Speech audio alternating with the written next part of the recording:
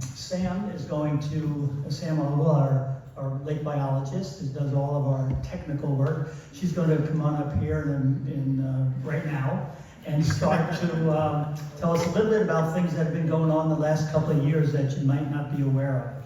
When you start to look at the amount of things that have been accomplished, it's pretty amazing what our organization does, and a lot of it is done on the back of this young lady right here. So. Hi. All right, so I'm just going to quickly run through like some of our projects this year that we have going on. This is not all of them by any means. Just an introduction to me. My degree's in freshwater science and sustainability. This is my 7th year working at ESLA, and we've got over 15 projects this year. That is a picture of me holding a purple loosestrife, which is an invasive plant that we just dug up, the root. Okay, this chart here gives some general, it's like a general overview of some stuff that we've got going on. So since 2019, I've put in over 4,000 hours of work. I was gonna attempt to count the number of water quality tests that we've collected, and then it very quickly got overwhelming. Not just by me, because we have volunteers who collect a lot of data as well. So I just said thousands. We've been a part of the volunteer lake monitoring program with Tip of the Mitt Watershed Council for 35 years, so we've collected somewhere around 700 data points. We have 2 volunteers who go out and collect data on elk and skegmog a handful of times a year. I've done 53 shoreline consultations since 2022, so that's roughly around 5,200 feet of shoreline that I've gone and taken a look at for erosion or invasive species, or any recommendations that people need or have concerns about. We've done, that's actually 12 lake learning tours now. So each tour is 2 hours long. We still have a couple more, we have 2 more, I think this left this year. We go out for 2 hours on a pontoon that the Elk Grabs Marina lends us, and we just talk about like basic lake ecology, like plankton and some geology, aquatic plants and fish and invasives. We have 42 miles of shoreline, so we have all of skegmog and all of elk, and then we go up the Torch River and to the Arwood Bridge. So every year I survey at least those 42 miles once, so it's like right at almost 300 miles of shoreline that are looked at every year for invasives. We've removed 126 sites, we've removed invasive species. We're in the lawsuit, and I've got almost 478 hours of legal work into the lawsuit that we're in.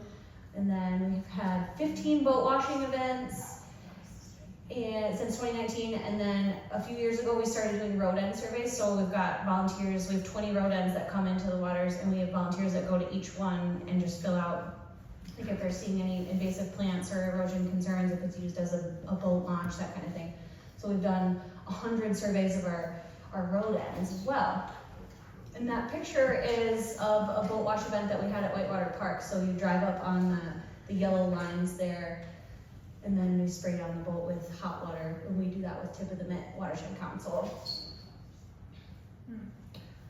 So some of the other stuff that we work on, just like general water quality. So we'll look at algal blooms. That picture on the right is not algae, it's just pollen. Every year we get concerns because it looks like algae. It's just pollen. So look at foreign objects in the water, erosion concerns, some plant identification. People text me or email me pictures of plants all the time. So I have my cards. I'm happy to give you my cards and you send me whatever. I get calls about foam, anything that's concerning. We started doing plankton sampling 2 years ago. I think this is our 3rd year doing it. So 3 times a year we go out and take samples, spring, summer, and fall, and collect 10 samples. So 5 in elk, 3 in skegmog, and then 2 in the Torch River. They get analyzed at the Great Lakes Environmental Center in Traverse, but this is just giving us a general understanding of what's happening at the base of the food chain. I think this is the video. It is. You can kind of see, if you look really close, it's kind of bright in here, but you can see little friends moving around in there. And then these are just some pictures of some basic ones that we have. And then we're a part of the a free program with NOAA called the Phytoplankton Monitoring Network. So I'm trained to identify 5 different types of harmful algae. So I've got 2 different sites this year that I take samples for. Every 2 weeks, ice out to ice in, and then I have a microscope at home, so I just go home and look at them, and I have not found any harmful algae, which is good. But there's another volunteer on the Rapid River who's found an invasive species doing that, Dynamo, which was concerning, and then because she found that, we were able to kind of let Eagle know, and then they were taking steps. So that's kind of a fun, like a citizen science program that they offer. And then we also do the Adopt a Stream program with the Watershed Center in Traverse City. So we have 2 sites. You go out and you sample for macroinvertebrates, which are like basically the tiny little bugs in the waters, like the mayflies and stoneflies, caddisflies. So we've been sampling the Rapid River, which is that picture on the left there, for at least, I think, 20 years. So we have a lot of data collected there. So macroinvertebrates are a really good water quality indicator. So different species have different pollution tolerances. So depending who you find can kind of tell you how the water is doing or the local ecology. And then we've got Spencer Creek on that program as well. This follows a program through the state, and so all of that data is publicly available. All of our sites are good. Rapid River has a very good grade, we'll call it, every time. And it'll be interesting with Rapid River when they take the dam out to see if that kind of changes at all, but yeah. And then we do that twice a year. I can't remember if I said that. And we also do habitat assessments with that too. So understanding what is happening around the water. It talks about like how close is the nearest house, and if there's a vegetation buffer, things like that. I am on the Elk Rapids Shoreline Committee with the village. So I go to all the meetings, and we're working on addressing erosion concerns in the Elk River, basically downstream of the well, that's not true. I guess at Rotary Park we're working on invasive species, but mostly downstream of the 31 bridge. So we've hired a contractor, we've gotten a grant for that. So I'm just kind of staying up to date on what's happening there, and then I offer any input that I may have, and we're working on coming up with plans to remove some of the invasives, and that picture there's autumn olive. So we'll hopefully start working on that this fall to remove some of those invasives. And then also there's big discussion around water access and where to allow that, how to allow that safely so that there isn't more erosion happening in the Elk River. These are the lake learning tours I already talked about, so we just go out for a couple hours. That picture in the middle kind of shows you, this is a variety of pictures. This is the one up here is bladderwort on the left, which is an aquatic plant, and then a loon platform, a lake learning tour, and then just a picture of ski muck shoreline.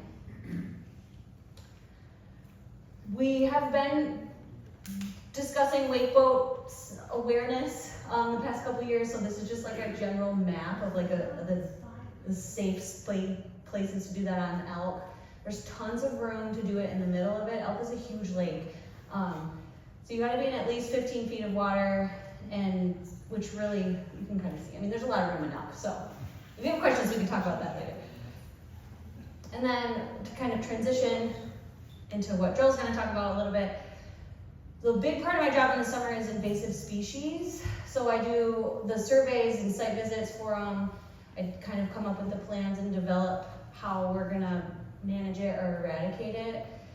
Last year ESLA purchased some GoPros, so we're coming up with we have a new way that we're monitoring for invasive species. So I've got 2 GoPros I put on a pole, and one camera goes straight down and one goes out at like a 45.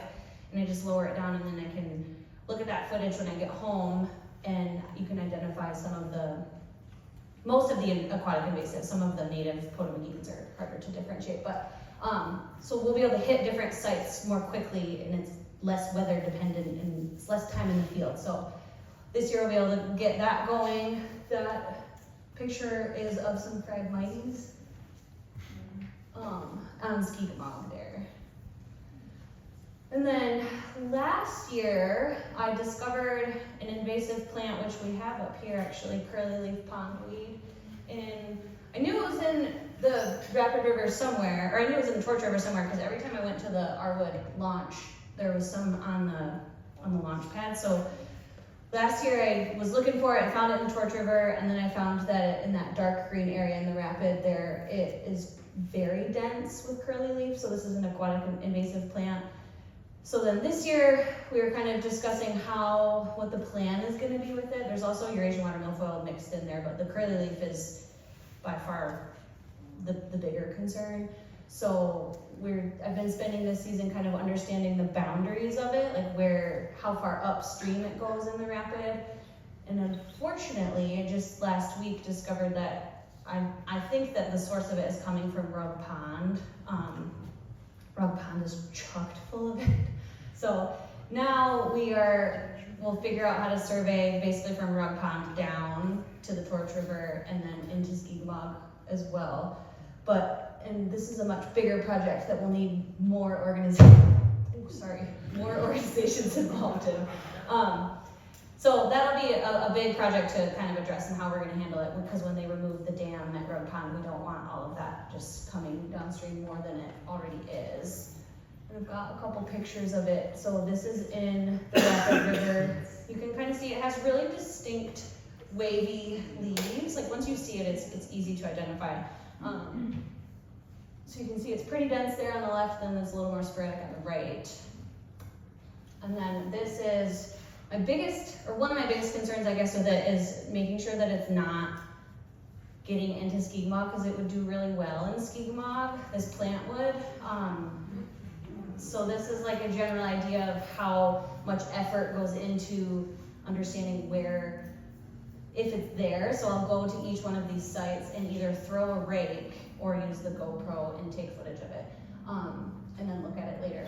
So this is at the mouth of where the torch comes into Skigmog, and unfortunately, I did see that there is at least some making it into Skigmog. So curly leaf will be a big part of.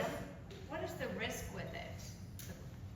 With it spreading? Yeah, actually, Rug Pond is a perfect example of what can happen with it, because I could barely paddle my kayak through it.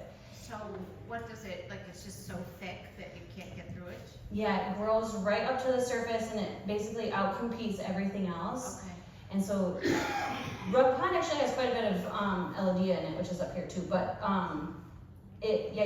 you can't get through it. It spreads really easily. Like it can grow from a fragment of it. So even in my kayak, I was so nervous like going through it because I could break it, and then that little piece could refragment. Okay. Rug Pond is like the perfect example. I should have put a video in here. Where is Rug Pond? It's near Kalkaska, so it's upstream of the Rapid River. It's like probably, 10 miles upstream in the Rapid River.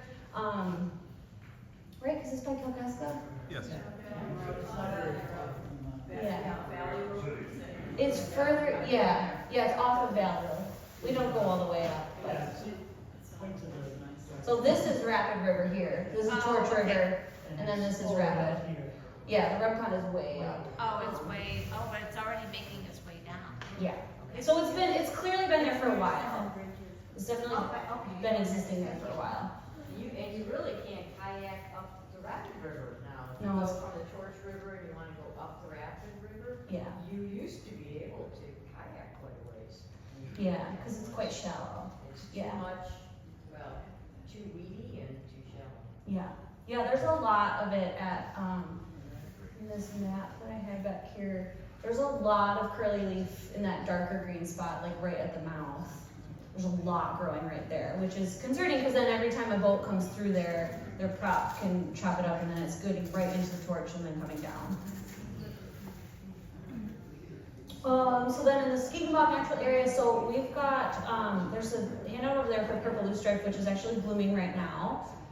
So we've been working on kind of managing the infestation along Hoyle's Drive, which is this road along the bottom there, but then now we are working with Cake Sisma they have a grant, so they're gonna chemically treat the Skigmog natural area because along the south side here, there's a lot of purple loosestrife, so we're gonna treat that here soon, actually. We tried to there's a type of beetle that will only eat the purple loosestrife plant, and we tried that for a few years and it didn't, I think it's just too dense.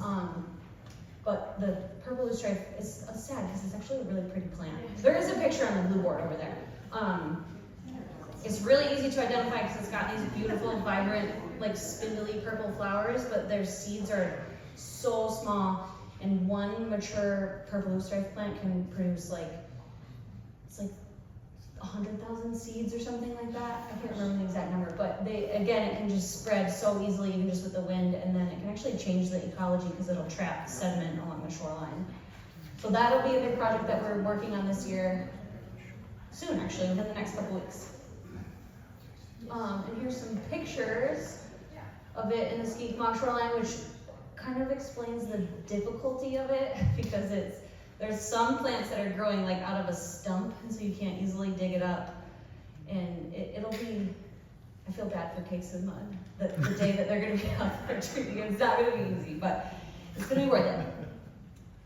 And then in the Torch Bayou, we've been working on managing another aquatic invasive, which we have here, Eurasian water milfoil. The map kind of shows my very rough drawing of where it is, with some marks on there, but we've been trying to figure out the best way to manage it because chemical treatment is not what I would like to do, because of the current and some other factors. So last year we hand pulled quite a bit of it, which is, there's risk to hand pulling because it fragments really easily, and each one of these little guys in here, there's some that have just fragmented from being in this jar, can then re-sprout. So hand pulling is a very slow process. Like you put your fingers in and just super slowly kind of shake the roots out, but then you don't want to lose any of the roots. So I started hand pulling this summer already, some of the smaller ones that we have, and then we're hoping to possibly change our method of treatment within the next couple of years. I'm optimistic that it'll knock it back.